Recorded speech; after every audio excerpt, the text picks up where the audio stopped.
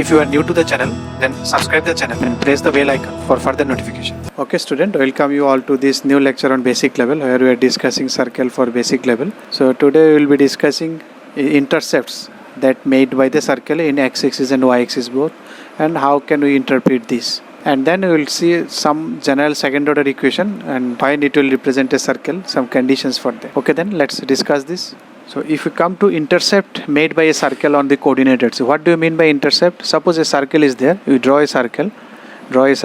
So whatever it cut in x-axis, that from here to here it is known as x-intercept. From here to here it is known as, the complete is known as y-intercept. So from here to here it is x, from here to here it is y-intercept. So if you want to find this x-intercept, what you will do? We will put y equal to 0, because at this point, if I need to find suppose a and b, so at this point I know what y is 0. X I don't know, but y is 0 because it is on this line. So that's why I put y equal to 0 here in the equation, that is in your standard general equation. So if you put y 0, so it is x square plus 2gx plus c, x square plus 2gx plus c. So if you calculate the roots of this one, roots means this coordinate, this is x1, suppose this is x2. So you will find these two coordinates. One is I have written minus g by 2 plus g square minus c. One is minus g minus g square minus c. One is this side, suppose one is this side. It can be same side also, that doesn't matter. Just my intention is to find this. Suppose this is x1, x2, this is x1. So what is the distance between these two? x2 minus x1. Suppose this is 4, it is at minus 2. So it is 4 minus minus 2. This distance is 6. 4 unit here, 2 unit here. So here also, if it is on, if it cuts it both at positive, suppose this distance is 4, this distance is 2, it is always 4 minus 2. So it is 2, this length.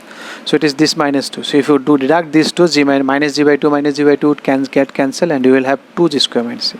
So this becomes a formula for x-intercept. So you have to remember what is the x-intercept of a circle is 2 under root g square minus c. Now if you see, if your g square minus c is greater than 0, that means you will have something of a discriminant of quadratic equation. So if your g square minus c is equal to 0, you will have two values. So that means the circle cut the x-axis at 2 points, like this. If g square minus c equal to 0, if this is equal to 0, then you will get only 1 point. That means the circle only touches the x-axis. It is cutting only at 1 point, that is it touches the x-axis. Because d is 0, roots are real and equal, same point is repeating 2 times. And if it is less than 0, that means you don't find any x and y, that means it doesn't touch the x-axis. It can lie above x-axis or below x-axis, completely above, completely below. It will not touch your x-axis. So a circle will lie completely above or below. The same thing you can do it for, similarly you can do it for y-intercept. What will be y-intercept? 2f square minus c. And same conclusion, if f square minus c is greater than 0, then it will cut y-axis into 2 points. If it is equal to 0, then it will touch only y-axis. So I am not writing for y, just I have written similarly. Similarly, all this y-intercept equal to this and all other observations on y-intercept. Observation means if f square minus c is greater than 0, then 2 distinct points. If f square minus c is equal to 0, then touches y-axis. Then f square minus c is less than 0. Is left or right or y-axis, completely left or right side of y-axis. It will not touch the y-axis. The similar observation like your x-axis. Now if you come to general second order general equation, what was the second order general equation? You have seen in a pair of straight line. So it was the equation ax square plus by square plus 2hxy plus by square. The format was of this format. We will remember in this format. So it becomes easy to write the determinant. One determinant was there. If it is 0, then it will represent the pair of straight line. So for circle, if it has to represent a circle, now you equate it with the circle. In circle you don't have this term, and these two are equal because it's circle equation of this format. This is your circle equation. You have seen the general equation of circle. So for circle, your a should be equal to b and your h should be equal to 0. So any second order equation, second order general equation, if it fills this format, then it will represent a circle always. So the coefficient of x square should be equal to y square, that means a should be equal to b, these two should be equal, and coefficient of xy is equal to, that means h should be equal to 0, a should be equal to b. So in the general second order equation, this is the general second order equation. You will also find it in, this is the second order, you will also find it parabola, hyperbola, ellipse also. So you remember this one. So you remember when it will represent a pair of straight line. If it was first h, a, h, g, then y, h, B, F, then G, F, C. If this is equal to 0, then it will represent a pair of straight line. So all this you have to remember. When it will represent a parallel straight line, when it will represent a circle. For circle, these two equal, this should be 0. For parabola ellipse also you will find a condition. So seeing this condition, applying this condition, if it satisfies that given condition, then it will represent the given thing. If it is so, then it is pair of straight line. If it is so, then it is circle. You will see for coming parabola and hyperbolas also, ellipse also. So this is the condition. So in general equation, suppose this is the general equation you see. How many independent constants are there? G, F, C. Because if these two are equal A, then you can divide it by A. So ultimately you will have these three constant only, G, F and C.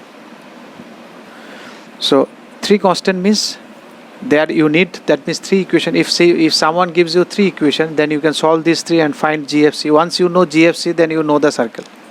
Because in this circle only GFC is unknown. So solve three unknowns, you need three equation.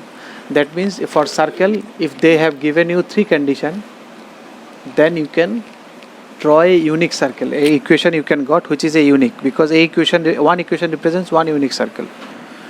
So hence there exists only one circle satisfying the three independent geometric condition. So if they given you three independent condition for a circle, particular circle, then you will have only one circle. Suppose they have given you 3 points. A circle should pass through 3 points. So you will have only one circle which can satisfy this. You cannot find more than one circle which satisfy this. So you cannot draw any other circle. But if they give you two, you can have more than one circle. Lots of circle you can have. You can have lots of circles for 2 points. But if they give you 3 points, then you can draw only one circle. Why this is so?